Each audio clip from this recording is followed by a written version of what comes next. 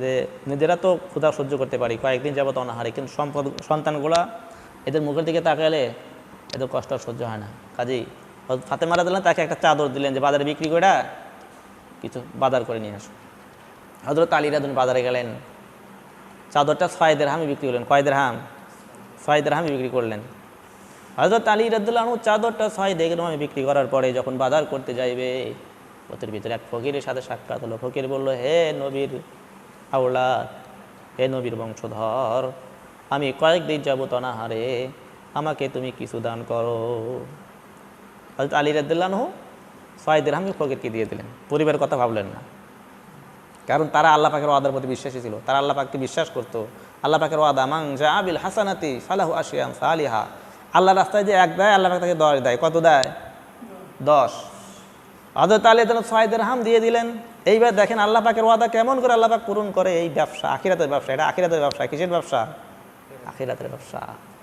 আল্লাহ পাকের ওয়াদা, যারা আল্লাহ রাস্তায় দান করে আল্লাহ পাক এদেরকে ঠকায় না। দুনিয়াতেও বাড়ায় দেয়, আখিরাতেও এদেরকে বাড়ায় দেবে, অনেক দেবে আল্লাহ পাক। হযরত আলী রাদিয়াল্লাহু 6 দিরহাম ফকিরকে দিয়ে দিলেন, খালি হাতে, শূন্য হাত।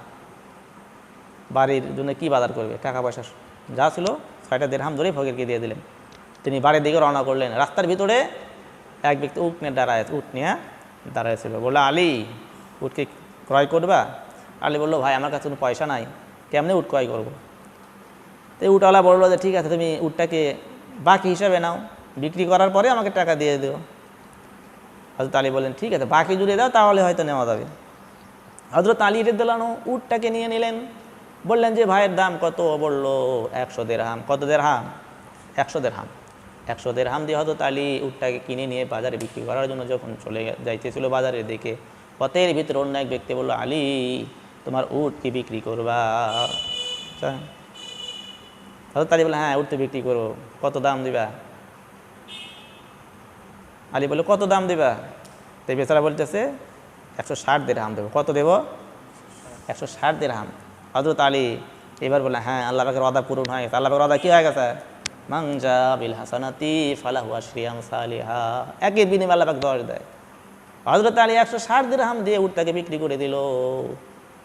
এইবার বাড়িতে ফেরার পথে যার কাছ থেকে 100 দিরহাম দিয়ে উট ক্রয় করেছিল, এই ব্যক্তিকে 100 দিরহাম ফিরাইয়া দিল। তাহলে থাকে কত? 60 দিরহাম। তাহলে এই 6 10 কত? আল্লাহ পাকের ওয়াদা ঠিক আছে যে একের বিনিময়ে 10 আল্লাহ পাক দান করবে। যে ব্যক্তি আল্লাহ রাস্তায় 1 টাকা দান করে, আল্লাহ পাক তাকে 10 গুণ বাড়ায় দেবে। যে ব্যক্তি আল্লাহর সন্তুষ্টির জন্য একটা নেকি করবে, আল্লাহ পাক তাকে 10 গুণ বাড়ায় দেবে। হযরত আলী 6 দিরহাম দান করেছিল, আল্লাহ পাক তাকে 60 দিরহাম দিলেন।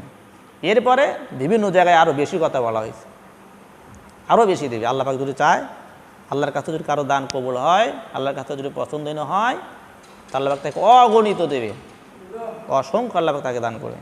এটা আল্লাহ পাকের ওয়াদা। এবং বান্দার গুনাহ খাতাগুলো আল্লাহ তাআলা মাফ করে দেবে। দান সৎকার দ্বারা আল্লাহ পাক বান্দার গুনাহকে মাফ করে দেয়। দান সৎকারের গুনাহ মাফ হয়ে যায়। একটা দান যদি আল্লাহর কাছে কবুল হয়, তা আমার আপনার নাজাতের জন্য যথেষ্ট হয়ে যায়। একটা দান। হযরতে ঈসা আলাইহিস সালামের জামানায় মালউন নামের একটা ব্যক্তি ছিল। মালউন আসলে আর নাম ছিল না, কিন্তু অত্যন্ত কৃপণ ছিল এই ব্যক্তি। এই কারণে আর নাম পড়ানো হয়েছিল মালউন। মানে জীবনে কোনদিন কাউকে দান করে নাই এই কৃপণ, তেমন কৃপণ। তো এক সময় এক মুজাহিদ জিহাদ করতে যাবে দিনের জন্য, এই মালউনের কাছে গেল যে, ভাই মালউন, তোমার তরবারটা তো খুব ভালো, তোমার তরবারটাকে আমাকে দান করে দাও, আমি আল্লাহর রাস্তায় জিহাদ করি। মালউন বলল, বেচারা, তুই আমার কাছে আইসো, আমার নাম কি জানো না? মানুষ আমাকে মালউন বলে কেন জানো না? আমি তো কাউকে কোনদিন কিছু দান করি না, কেন আইসো আমার কাছে? এই বেচারা যখন ফিরে যাইবে, মালউন ডাক দেয়, তার মনটা কেন যেন নরম হয়ে গেল ওই দিন। বলে, এই দাঁড়াও দেখি। দিলটা নরম হয়ে তরবারটা দান করে দিল। এই ব্যক্তি তরবারি হযরত ঈসা আলাইহিস সালামের সামনে যখন যাইতেছিল, হযরত ঈসা আলাইহিস সালাম বললেন, কোথা থেকে আসো, তোমার হাতে কেন তরবারি? কে তোমাকে তরবারি দিল? এই ব্যক্তি বলল, আল্লাহর পয়গম্বর মালউন আমাকে তরবারি দান করেছে। হযরত মুসা আলাইহিস সালাম বড় আশ্চর্য হয়ে গেল, এত কৃপণ ব্যক্তি আজকে দান করলো।